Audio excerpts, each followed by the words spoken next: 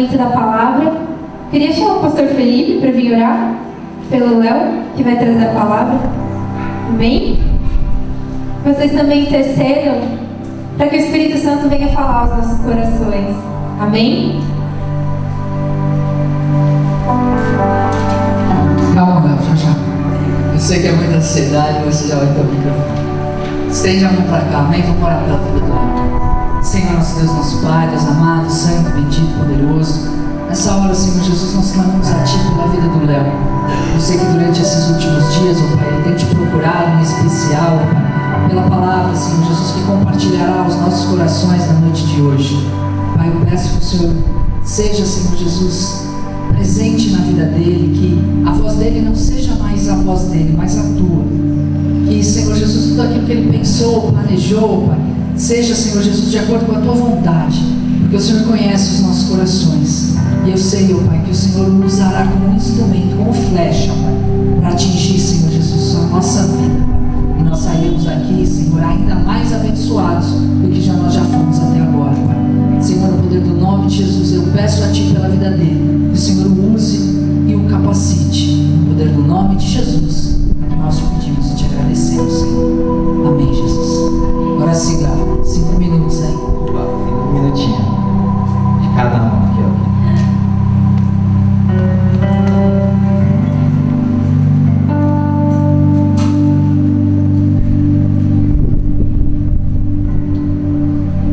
Paz, igreja, boa noite. Quando os jovens quiseram começar a querer fazer um culto, né, diferenciado, colocamos esse tema retrô, aí Deus teve falado comigo, né, referente a gerações, né, é inevitável não falar quando se trata de um tema desse, né, sobre gerações. E sabe, eu separei algumas coisas aqui que Deus colocou no meu coração e eu tenho pedido direção para Deus quando se trata dessa geração, né, porque eu e minha esposa, para quem sabe, somos os líderes dos jovens, né, e eu peço a direção de Deus para isso, né, o que Ele quer que eu faça com esses jovens, o que Ele quer, qual é a direção para esses jovens, sabe? Ele tem me mostrado estratégias do diabo, assim, que tem ferido essa geração, e eu vou falar um pouco disso, amém? Eu queria abrir aqui em Mateus 9,14.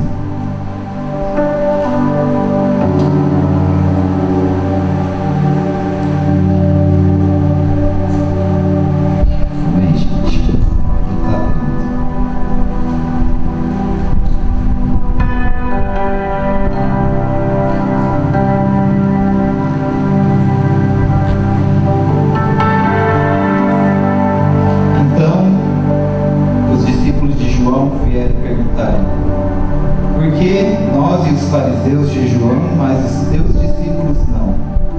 Jesus respondeu: como podem os convidados do noivo ficar de luto enquanto o noivo está com eles? Virão dias quando o noivo lhes será tirado, então jejuarão. Ninguém põe remendo de pano novo em roupa velha, pois o remendo forçará a roupa, tornando pior o rasgo. Nem se põe vinho novo em vasilhas de couro velho. Se o fizer, as vasilhas rebentará e o vinho derramará e as vasilhas se estragará. Ao contrário, põe-se vinho novo em vasilhas de couro novo, e ambos se conservam. Amém? Vamos fechar nossos olhos, eu vou fazer uma oração. Amém? Senhor, meu Deus e Pai, eu venho pedir ao Senhor para que dê direcionamento para mim, Senhor, que eu venha falar, Pai, de acordo com a Tua vontade, de acordo com a Tua palavra, Senhor. Em nome de Jesus, Senhor, tire toda a mente imatura, Pai, tudo aquilo que é imaturo, tire deste lugar, Senhor, em nome de Jesus, Senhor. Que o Senhor possa derramar para algo para esses jovens, Pai, possa derramar algo para essas mentes imaturas, Senhor, cada vez mais, Senhor, em nome de Jesus, Senhor, que possamos cada vez mais crescer em Ti, Pai, é isso que eu te peço, Pai. Repreendo todo o mal, tudo aquilo que venha, Pai, omite essas palavras, Pai, em nome de Jesus, Senhor, que eu te peço, Pai, já te agradeço.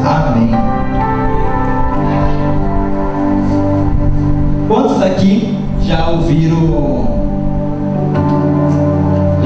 essa palavra assim, essa geração está perdida? Quantos aqui já ouviram essa palavra, já leram essa palavra? Essa geração está perdida. Eu vi no Instagram assim, eu tenho muitas pregações, muitos videozinhos assim que eu passo vendo, e toda vez que eu abro um comentário, cara, sobre algo referente a essa geração, tem alguém escrevendo lá: nossa, essa geração está perdida. E cara, isso tem me incomodado já há um tempinho. Sabe, esse versículo aqui do vinho, antigamente, né, o vinho ele era colocado nesse odre. Esse odre ele era feito de couro. E por que ele fala que não pode colocar o vinho novo no odre velho e sim colocar o vinho novo no odre novo? Porque o couro, quando ele é novo, ele é elástico.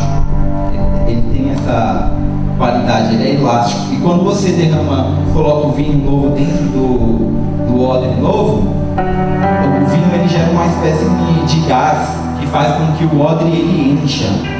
E o odre inchando, ele acaba com o tempo se enrijecendo naquele formato do vinho, sabe? E quando você coloca um vinho antigo, né, um vinho velho, num odre velho, quer dizer, um vinho novo no odre velho, e quando esse gás gerar, o odre vai se rasgar, porque o couro ele já está enrijecido. Então, Deus colocou no meu coração o seguinte, Deus colocou assim: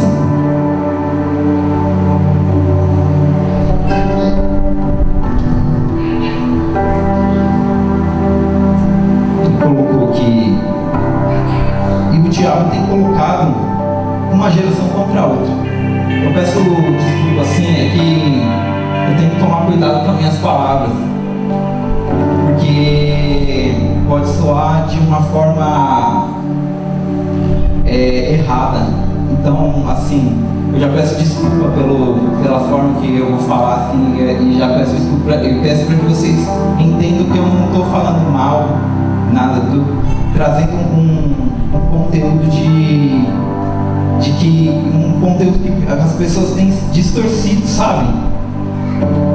O vinho novo, quando ele é colocado no modo, ele tem a sua serventia. Ele vai acabar, o vinho novo ele vai acabar se enrijecendo daquele jeito, e com o tempo ele vai ser o vinho velho.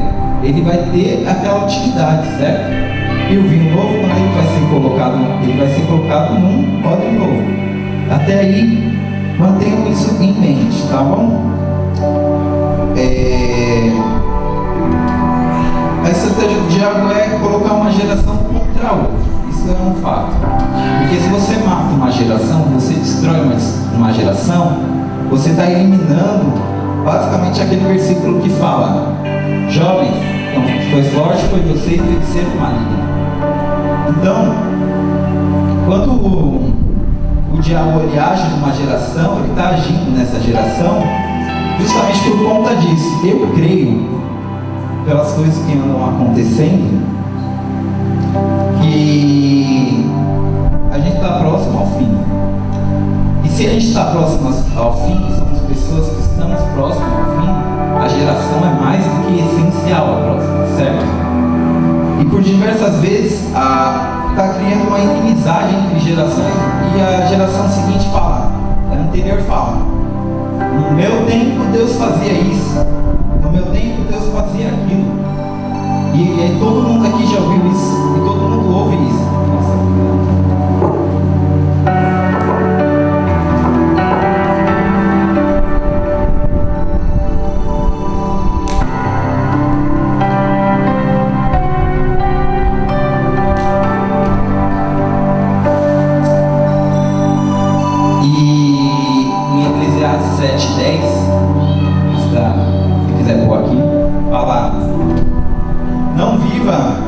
Saudoso dos bons e velhos tempos, pois isso não é sábio.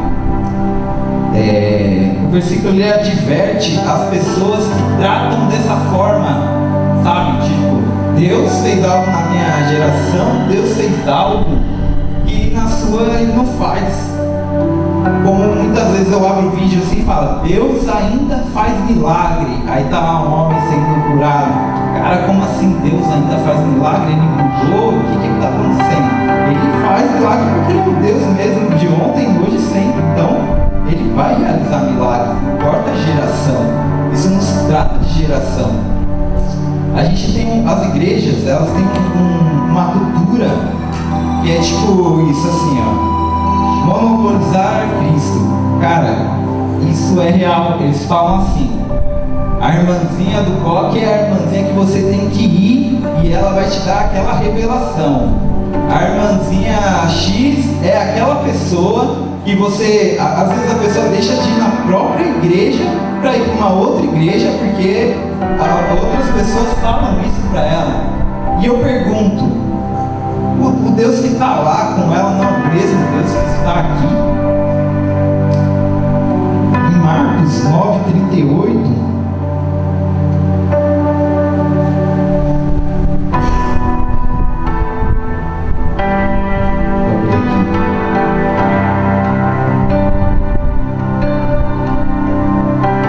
veja bem, é esse tipo de pessoa, é basicamente isso. Ó, mestre, disse João, vimos um homem expulsando demônio em teu nome e procuramos impedi-lo, porque ele não era um dos nossos. Aí Jesus disse, não me peçam, disse Jesus, ninguém que faça um milagre em meu nome pode falar mal de mim. Logo em seguida, pois quem não é contra nós está a favor de nós. Eu digo a verdade, quem der um copo de água a vocês em meu nome, por vocês pertencerem a Cristo, de modo nenhum perderá a sua recompensa. A gente sempre entende isso, que sabe, Jesus ele não faz essa restrição. Jesus ele não restringe o agir, o amor dele, a intimidade dele contigo. Sabe, se tornar um pilar da igreja, você não precisa estar no melhor ministério da igreja. Você precisa apoiar esse ministério. Sabe? O que é que o diabo está fazendo? Ele está fazendo pessoas agirem de forma parecendo que outras pessoas não podem usar o nome de Jesus. Isso não é verdade, porque a essência do nome de Jesus tem poder. A essência do nome de Jesus, ela faz milagre. E a partir do momento que começamos a deixar de capacitar pessoas para realizar essas tarefas, quando param de pessoas se levantarem para realizarem coisas em nome de Cristo, o diabo está vencendo. O diabo ele vai ter menos trabalho. Ele simplesmente vai pegar aqueles que são pilares da igreja e vão atacar esse. Ele não precisa se preocupar com o resto da igreja, ele precisa se preocupar com os pilares. Mas quando o diabo vê que estamos levantando pilares na igreja e pessoas estão sendo capacitadas, estão usando o nome de Jesus, e o nome de Jesus está havendo milagre, cada vez mais isso vai se multiplicando, o diabo tem mais trabalho. Isso é lógico.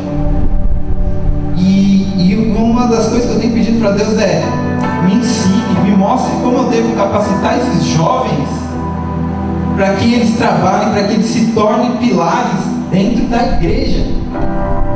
Porque não é eu que tenho que carregar eles como líder. Eu tenho que capacitar, ajudar eles. E eles têm que se tornar pilares na igreja. Vamos dar trabalho ao diabo fazendo isso. Mateus 18:20.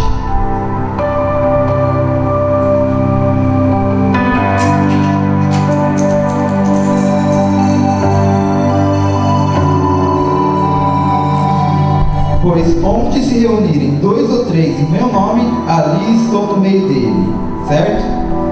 Aqui. Sim. O que é isso? Porque Jesus fala que vai estar no nosso meio. Um meio, ele existe a partir de 2 pessoas. Então o versículo já começa a partir de 2 ou 3 pessoas, certo? Então tá aqui, vamos ver, eu e a Priscila. Olha pra mim, Priscila. Jesus está no nosso meio. Eu estendo a minha mão e estendo a sua mão. Nós dois podemos alcançar Ele, certo? Amém?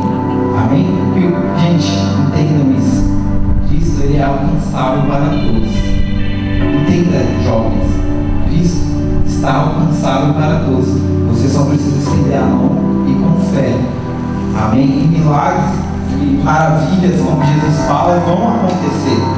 Você não precisa sobrecarregar uma pessoa, você não precisa sobrecarregar um líder. Jesus, ele é intimidade contigo.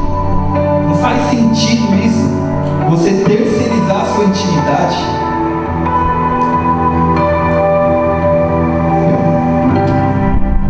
Como devemos agir com essa geração?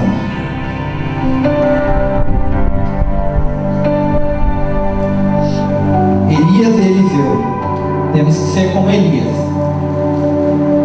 Tratar os jovens como Elias tratava Eliseu. Mostrar milagres e maravilhas para que arda no coração assim como ardeu no coração de Eliseu. E a primeira coisa que Eliseu falou foi, depois que quando Elias estava sendo elevado aos céus, foi: eu quero uma porção dobrada. Sabe? Não adiantaria nada Elias ter feito tudo que fez e não ter alguém para suceder isso, para dar continuidade nisso. É nosso dever como cristão preparar uma geração, preparar pessoas. Sabe? Eu já tenho colocado, não, essa geração está perdida. Não está, mano. Sabe, o poder da palavra, a gente não sabe o poder da palavra, e mesmo assim, diversas vezes a gente vê pessoas cristãs falando, amaldiçoando essa geração, e vocês esperam que amaldiçoar uma geração e falar mal e colocar uma geração para baixo vai gerar o que disso? Então, assim, que possamos ser como Elias fez com Eliseu, trazer esse fogo que arde no coração de querer fazer mais. O papel da geração aqui, lembrando do odre, fiquem com isso na cabeça. O odre velho. Qual é o papel do odre velho? Está aqui, 2 Samuel 7.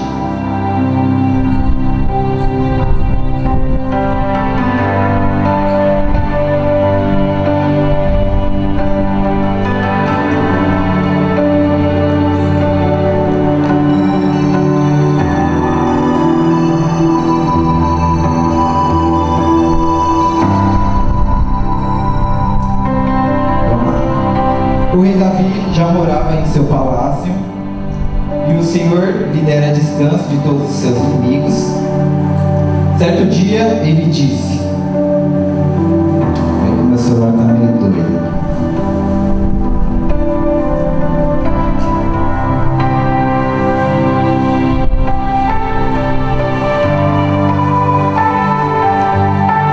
Certo dia ele disse para o profeta Natan: aqui estou eu morando num palácio de cedro, enquanto a arca de Deus permanece numa simples tenda. Natan respondeu ao rei: faz o que tiver em mente, pois o Senhor é contigo. E naquela mesma noite o Senhor falou a Natan: vai dizer ao meu servo Davi que assim diz o Senhor: você construirá uma casa para eu morar. Não tenho morado em nenhuma casa desde o dia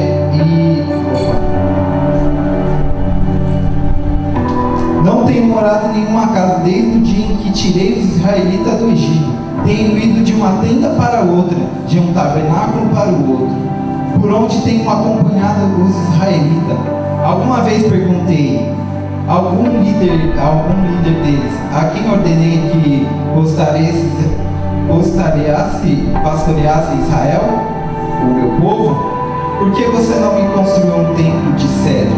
Agora, pois, diga ao meu servo Davi: assim diz o Senhor dos Exércitos: eu tirei das pastagens onde você cuidava do rebanho para ser o soberano de Israel, o meu povo.